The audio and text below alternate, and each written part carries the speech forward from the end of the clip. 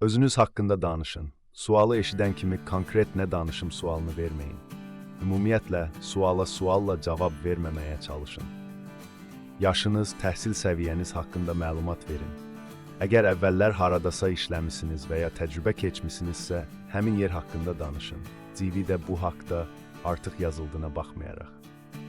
Bizim bank haqqında nə bilirsiniz?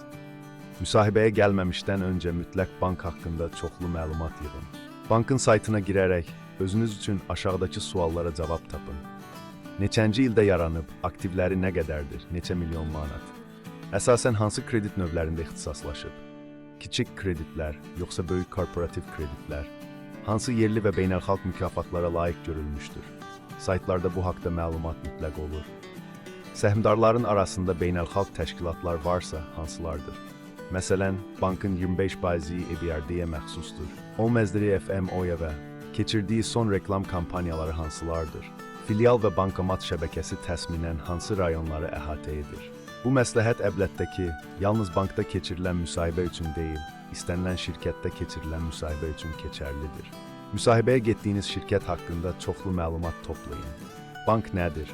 Bu haqda ətraflı olaraq internetdən oxuya bilərsiniz. Qısaca isə bunu deməyiniz kifayətdir. Bank, maliyyə vasitəçisidir.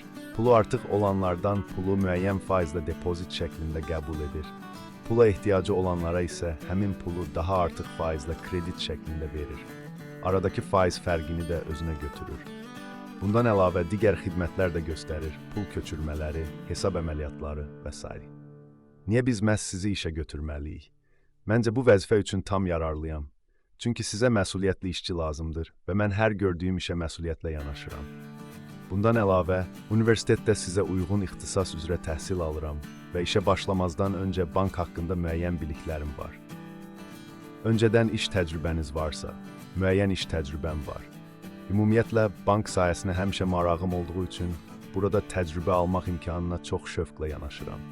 Özünüz də buna bənzər, müsbət, təsir edici sözlər əlavə edə bilərsiniz. Kredit şöbəsinə düzələnlərin qarşılaşdığı sorğu-sual. Sual 2 nəfər biznes krediti üçün müraciət edir. Birində fəaliyyət göstərən və pul gətirən ərzaq dükanı var. Dükanın içində yeni şöbə açmaq üçün pula ehtiyacı var. İkincisinin isə hazırda biznesi yoxdur, amma yeni ərzaq dükanı açmaq istədiyi üçün pula ehtiyacı var. Hansına kredit verərsən? Cavab, krediti birinciyə verərəm. Onun artıq pul gətirən dükanı var. Təzə işə alınmasa da krediti həmin pulla ödəyə bilər. İkinci şəxsdə isə iş alınmasa kredit də batacaq. Sual. Bir nəfər 50 nazenlik biznes krediti üçün müraciət edir. Girov kimi 2 variant var. 70.000 azenlik daşınmaz əmlak və ya onun öz şirkətindəki 120.000 azenlik səhmlər. Hansı girovu seçərsən? Cavab, 70.000 azenlik daşınmaz əmlakı seçərəm. Dəyərdə nisbətən az da olsa, dəyəri daha sabitdir. Səhmlər daha tez ucuzlaşa bilər və səhmlərin qiyməti şirkətin vəziyyətindən çox asılıdır. Sual, ROA və OE nədir? Bir şirkətin ROA-sı OE-sinə bərabər ola bilərmi? Cavab, ROA, ingiliscə Return on Assets deməkdir və şirkətin il ərzində aktivlərinin üstündə qazandığı faiz deməkdir. ROE, ingiliscə Return on Equity deməkdir və şirkətin il ərzində məcmu kapitalının üstündə qazandığı faiz deməkdir. Şirkətin ROA və ROE-si o halda bərabər ola bilər ki, şirkətin heç bir öhdəliyi olmasın. Sual, cash flow, nağd vəsaitin hərəkəti hesabatının dəqiqliyini başqa hansı hesabatla və necə yoxlamaq olar? Cavab, cash flow-nun dəqiqliyini balans hesabatı ilə yoxlamaq olar. İki dövrün balansındakı nağd vəsaitin fərqinə baxmaq lazımdır. Aradakı fərq nədirsə, son dövr üzrə cash flow-nun xalis rəqəmi, artım və ya azalma da o qədər olmalıdır. Özünüz əlavə olaraq nəsə demək istəyirsinizmi? Bəzi yerlərdə müsahibənin axırında bu cür sual verə bilərlər. Yəni sizi maraqlandıran hər hansı məsələyə dair sual verməniz və ya özünüz haqda nəsə əlavə etməniz üçün sizə ayrıca imkan yarada bilərlər. Belə vəziyyətdə sual vermə xətrinə sual verməyin.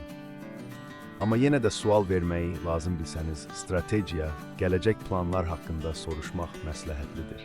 Məsələn, bank əsasən iri korporativ kreditlərdə ixtisaslaşırsa, Xalqbank, Atabank, bu cür sual vermək olar. Bizdə bir çox bank iri korporativ kreditlərdən uzaqlaşaraq, səylərini daha çox mikro kreditlərin üstündə cəmləşdirir. Sizin bankın gələcək planlarında belə bir niyyət varmı? Bankın bankomat filial şəbəkəsi əsasən Bakı və Sumqayıtda yayılıb. Amma regionlarda bank çox zəif təmsil olunursa, bildiyimə görə, saytdan baxdığınıza görə, filiallarınız yalnız Bakıda və Sumqayıtda yerləşir. Regionlarda rəqabət daha azdır. Gələcək zamanda regionlarda da fəaliyyət görməklə bağlı bir planlar varmı? Yoxsa hazırda bank səylərini məhz Bakı və Sumqayıta yönləndirmək niyyətindədir? Sonda, müsahibənin sonunda isə buna bənzər bəzədilmiş sözlərdən deməyiniz məsləhətdir. Sizin bankınızın xidmətlərindən istifadə etdiyim vaxt, həmçinin bura müsahibə üçün gəldiyim vaxt gördüklərimə əsasən sizin çox xoş iş mühitiniz və çox xoş təəssürat bağışlayan işçi heyətiniz var. Mən çox istəyirəm ki, sizin bankda və sizinlə çalışmaq əlavə olaraq, xarici görünüşünüzə fikir verin. Sizin məqsədiniz ciddi təəssürat yaratmaq, səlis dildə danışın, özünüz haqqında danışarkən və sonra suallara cavab verərkən yerə tavana baxmayın. Danışdığımız müddətini saxta gözləyiniz. Sizə sual verərlərkən isə həmişə sual verərsiniz. Sadəcə müsahidə gözləyiniz.